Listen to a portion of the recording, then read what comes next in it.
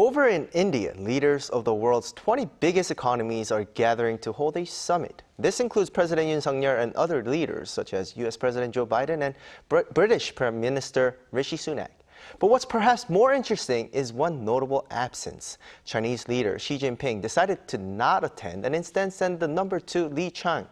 They say everything you do in diplomacy carries a message, but it seems like not doing something also has the same effect. This is the first time since 2008 that a Chinese leader has not participated, and it comes against the backdrop of the Russian invasion of Ukraine and the BRICS expansion just a few weeks ago.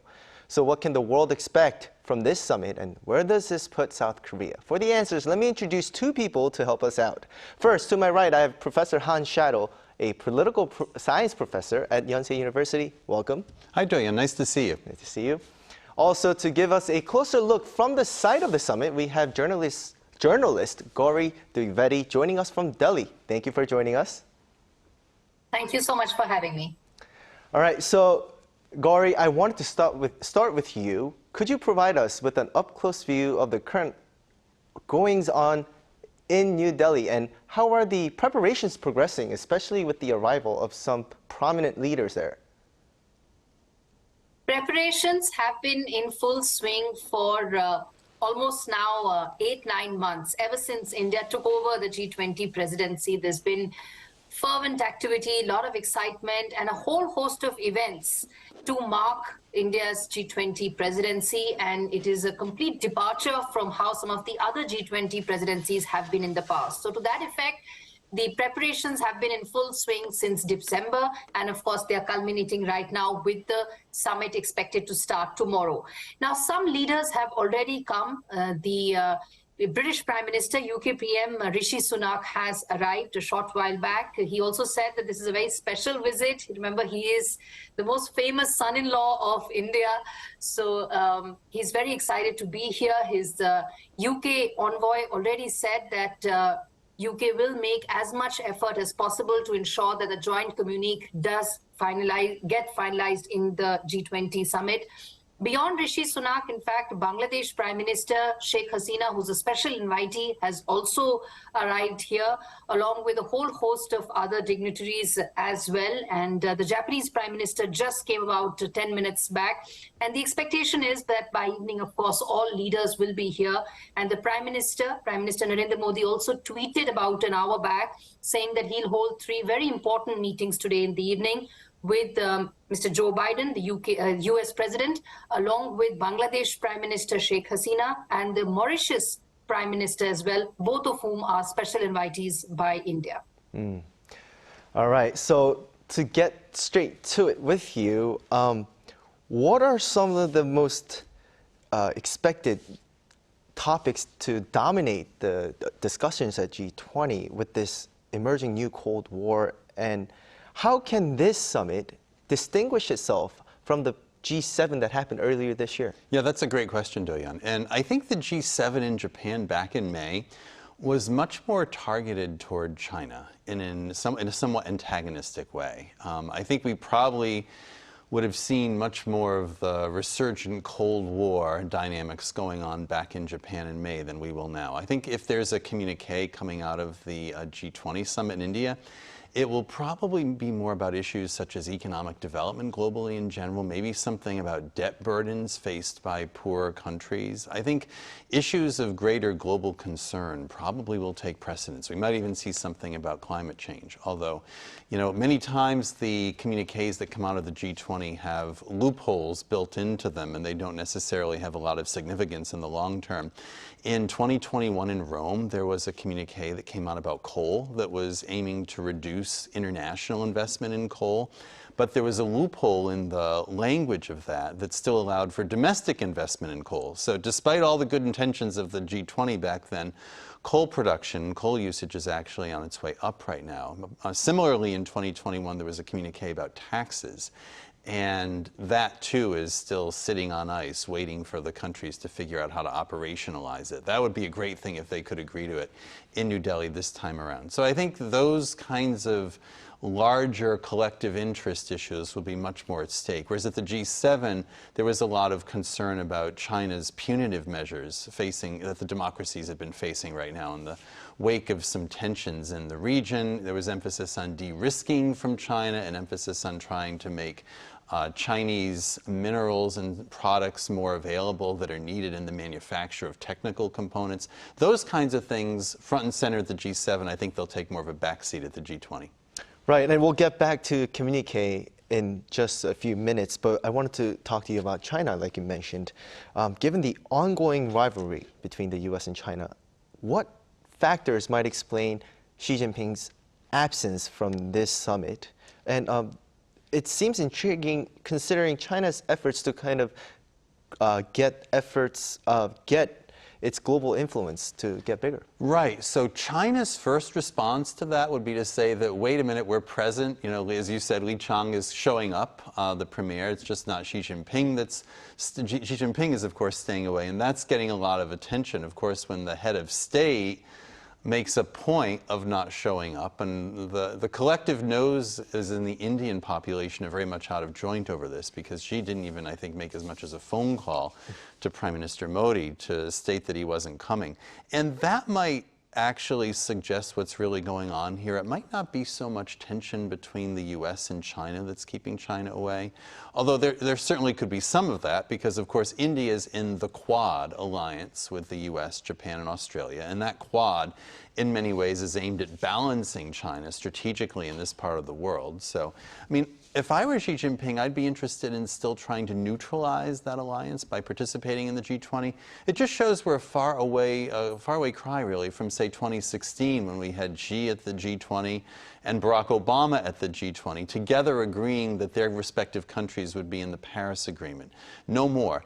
This is not China's show as well. I think China, it's just one of 20 countries if it shows up at the G20. China's got other platforms that it's trying to develop to give itself a bigger profile in global affairs. And one last thing, China and India, remember, do share a border, and that border is not always harmonious. There's some dam construction projects happening right now that China is putting forward, developing, that's creating some consternation in India. So there's some malevolence or ill will between the two countries that might be affecting also the decision of Xi Jinping to stay away. Right. Now, Gauri, Professor has already mentioned the communique, which is one of the central discussions surrounding the G20, with the possibility of the leaders not reaching a consensus on a joint declaration. Since 2008, they have consistently produced one, even with last-minute additions like Indonesia President Jokowi addressing Russia's invasion of Ukraine in Bali in 2022. So what is Prime Minister Modi's stance on this issue? And can we anticipate a joint declaration this time as well in the end? I think there is a lot of realization in India right now that the G20 cannot be hijacked only to become a Russia-Ukraine issue. It is an important issue, but it is not the only issue that the world is facing with. And also the G20 is an economic cooperation vehicle. It cannot only be addressing geopolitical headwinds. Of course, geopolitical issues are important. They impact economic issues. But to that extent, there has to be some amount of delinking. And that realization is now very clear in New Delhi amongst all decision makers that India has to make that effort till the very end, that Russia-Ukraine cannot be allowed to dominate or even hijack the larger agenda of G20 summit in India. And to that effect, even if it means that a joint communique is not agreed upon in the end, then so be it, because a few Western countries cannot dictate the agenda for 85% of the world's population. That's what G20 is all about.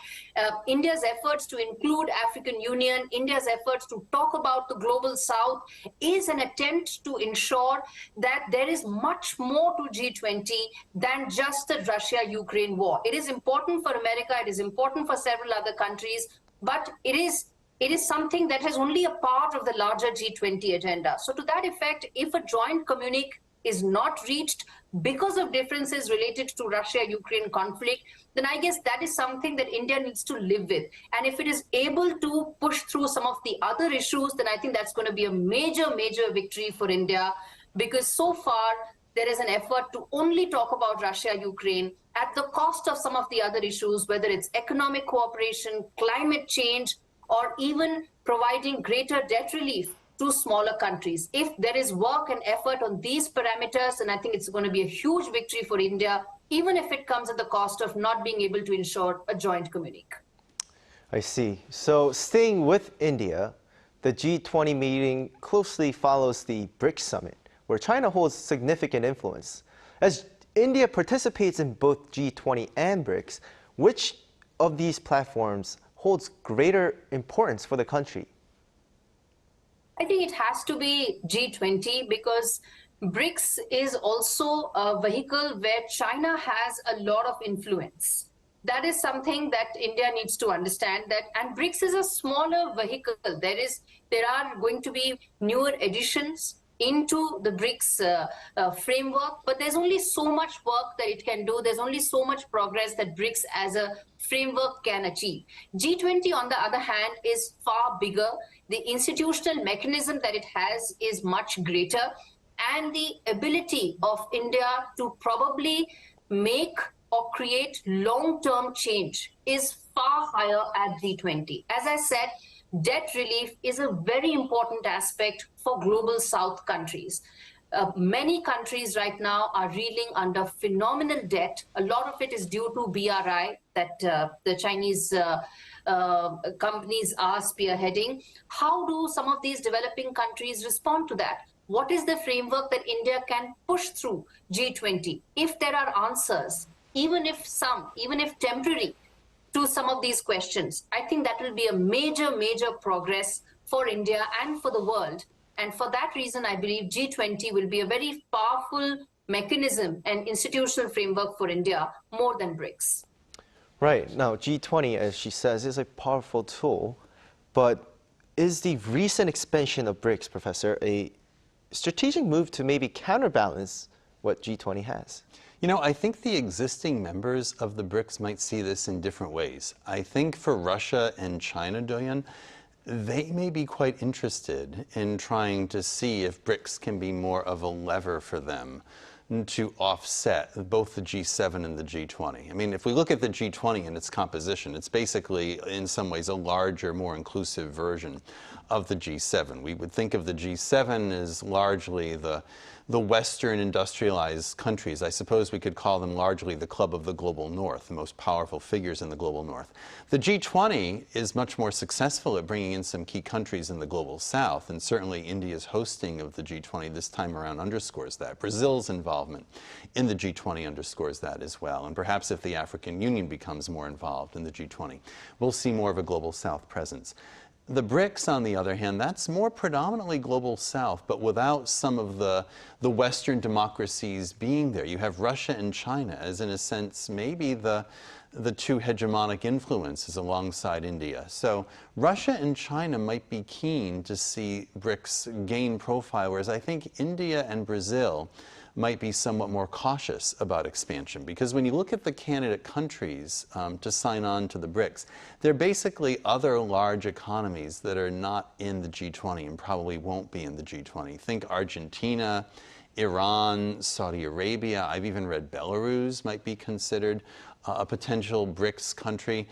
These are more allies of non-democracies than democracies. So again, the big democracies, both India and Brazil, and maybe even South Africa, will be somewhat cautious, I think, about how the composition of BRICS is to go forward. South Africa's role here might be pivotal, because I think they'll be looking for more African countries to join in. And Africa is growing very fast right now. We hear a lot of talk about stagnation in China. You know, for so long, East Asia has been where it's at for fast economic growth. South Asia as well, to an extent. But China is really slowing now, and there's a lot of concern it might be more of a long-term trend. So for the BRICS to really gain momentum, looking toward Africa might be a way to do it. And increasing the number of African countries might be a way for the other stakeholders to agree on where that organization will go. But this is all highly speculative. It'll take a few years for all this to shake out. Right, right. And I wanted to build on from that exactly. There's another group in the picture. Xi Jinping has announced a Belt and Road Forum for International Cooperation in October with Putin's participation. So considering their absence from this summit in the picture, what implication might this summit have for the global order? Right, and of course Vladimir Putin is also not at the G20. I think for a different set of reasons than Xi Jinping. Remember, Vladimir Putin is wanted by the International Criminal Court for war crimes in Ukraine. So it's very difficult for Putin to travel right now outside the bubble, you could say, of Russia-China. Russia-China are basically protecting each other in the current state of affairs. So it seems as if Putin feels confident that he can go to China without ending up in the legal docket for a criminal case. We'll see, though, if he actually does attend. That certainly, if Putin attends that, and you have Xi Jinping there, and then you have a host of smaller countries, probably a lot of Central Asian countries, maybe many of them former Soviet republics attending the summit, it'll be interesting to see the gathering. One thing I have noticed, Xi Jinping has had these kinds of gatherings before, often on the heels of other prominent summits, such as G7 or G20. It's often more about the visuals and the optics. When you look at the summit of what comes out, not just the summit, but actually the takeaways of the summits that Xi Jinping organizes, often they're not that earth-shattering. You know, they may sign a statement, you know, again, with general good intentions on climate change or economic development or something about equity in the global economy, but there's often very little of substance there that the countries are going to try to implement or deliver upon. So we have to be careful when we're analyzing that event in October to separate the pictures of these leaders of the two biggest autocracies or dictatorships in the world and their followers as to what the impact might be on the global economy or even the global political order, because it might actually be quite negligible. Right, I think you're on point, because during G7, he hosted a number of Central Asian countries in China. Right. To counterbalance. And it looked interesting, but there was nothing that emerged from it. Right. The aesthetics of the footages were very But interesting. it was China not wanting to lose face, and it was their effort to try to save face globally. Right. And now I want to go to maybe the million-dollar question. So where does all this going on put South Korea?